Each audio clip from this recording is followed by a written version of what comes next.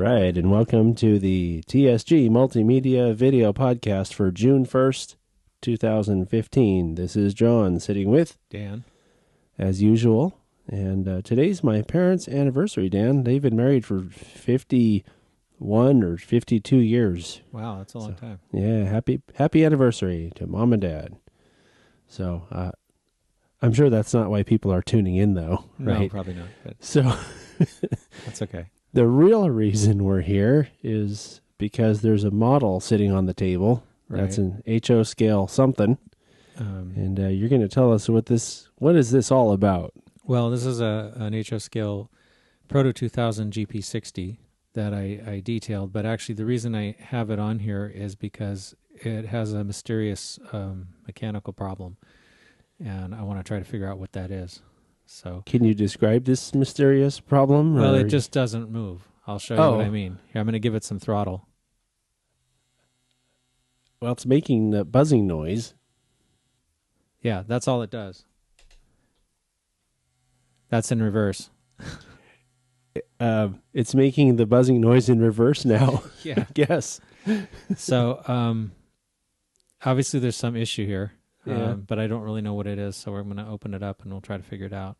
So, through the miracle of TV magic, the locomotive's apart now.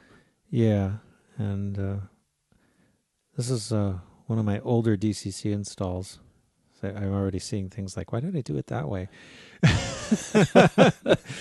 But anyway, I'm just trying to figure out. So, I have a dumb question, Dan. Yeah. Is that aluminum foil where the cab goes? Or I was looking at that. It's around an LED, and I'm sure that's the intention is that this is a light barrier. Yeah, for sure. I don't normally. I think that might actually be foil. Yeah. See, I wouldn't do that now. I would use heat shrink tubing instead. Is there any duct tape in this thing? No. So what I'm actually feeling though is there's actually some. I'm trying to move the motor with my fingers. Yeah. And it's actually bound. I mean, it's like it's frozen, huh? It's frozen. So there's some kind of mechanical issue here. So I think I'm going to have to disassemble this a little more. Okay, so I've partially disassembled the model, and what I can see is that the mechanism just won't turn. It's like I can't. The motor spins a little bit in either direction, and that's it. Yeah, it's like it wants to turn, but it just won't finish the revolution. Yeah, and I'm not quite sure. It feels like it's over here, like this is jammed somehow, because this truck is spinning. But the only way to find that out is to, let's pop this off. So do you think maybe it's something in the truck, like a gear binding somehow? I think it's bound, yeah, and there we go. So would you just take off the worm? I took off the drive connection between, the worm and the drive shaft. Right, and now it's fine. And the back one seems to be fine. See, it's spinning. Yeah, the front one is too now. Well, the front... Because it's disconnected, right? Yeah, but the truck, something is up with the... Actually, the truck seems to move, so I'm not sure what the deal is. So I think I figured out the problem, because the truck itself is moving when I push it down the track, and the gears are moving, so I don't think it's jammed internally that way. But each worm has a little bearing on either end, and these little square bearings, and they sit inside the top of the truck, and it keeps the bearing from spinning while the motor or the worm will spin.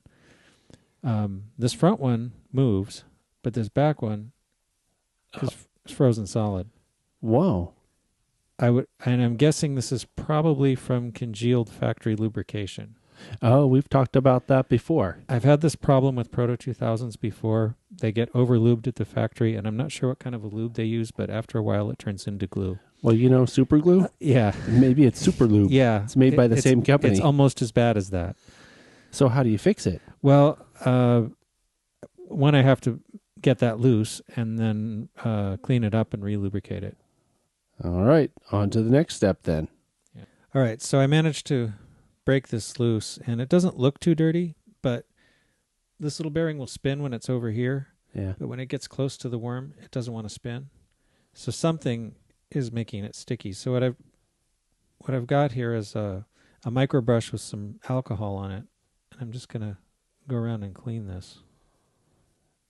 So the idea is just to get any gunky stuff off of that shaft there? Yeah, Yeah. basically. Is there anything else you could use? Like, would it be easier just to like throw it in a little thing of lemon juice or I something don't like know. I that? never tried lemon juice on a train. That would. I don't know. It just That did it. wow. So even though I don't really see a difference, I can feel it because this is very free now. And in fact, the front one's a little stiff too. So I think I'm gonna go ahead and do the same thing up here. Might as well. Look at the micro brush. Yeah, look how dirty it is. Yeah. So even though it's not really showing on the gears, you can certainly see it on the brush. Yeah, I think you referred to that in a previous podcast as guck. Yeah, guck. That's the technical term for it. Wow. So, and this is actually a good subject, I think, for podcasting because think about this, Dan. People that wouldn't think to take apart their locomotive would probably just go buy a new one. When in fact, or send it back to the factory, or pay someone else to do it, I guess. But yeah, but you don't really have to. That's very free now. Those are both moving very freely.